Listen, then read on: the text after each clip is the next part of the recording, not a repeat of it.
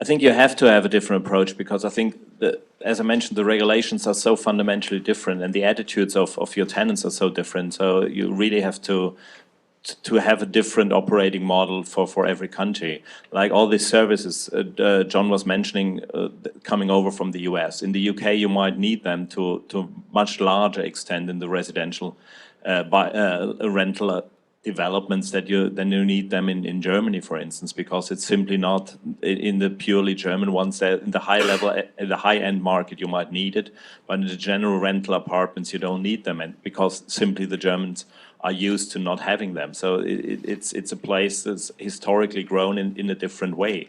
And also from building qualities, building configurations. If you look at markets like Denmark, apartments look different in a way a German will never accept moving in a new build apartment where you have all the wiring on the walls at the end. In Denmark, it's simply normal that you have it. In Germany, nobody will really pay for a new build apartment with wiring not within the walls. So that's the approach in every country has to be different because simply the people are so different and the markets have evolved over the last 50, 60 years. And what we see today in every country is the result of development and social development also to a large extent over the last 50, 60 years, and that will not change going forward that quickly, I have to say.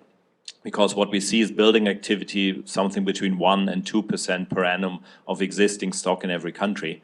So also when we talk about new living concepts and new ways we will live, in 10 years' time, around 90 to 95% of everybody in this room today will still live in a similar way as he lives today because simply we do not build that much. So that is also something why, yes, new concepts will filter through to the countries, but it will take much longer than we all expect because of these slow-moving target that the residential market in every country is.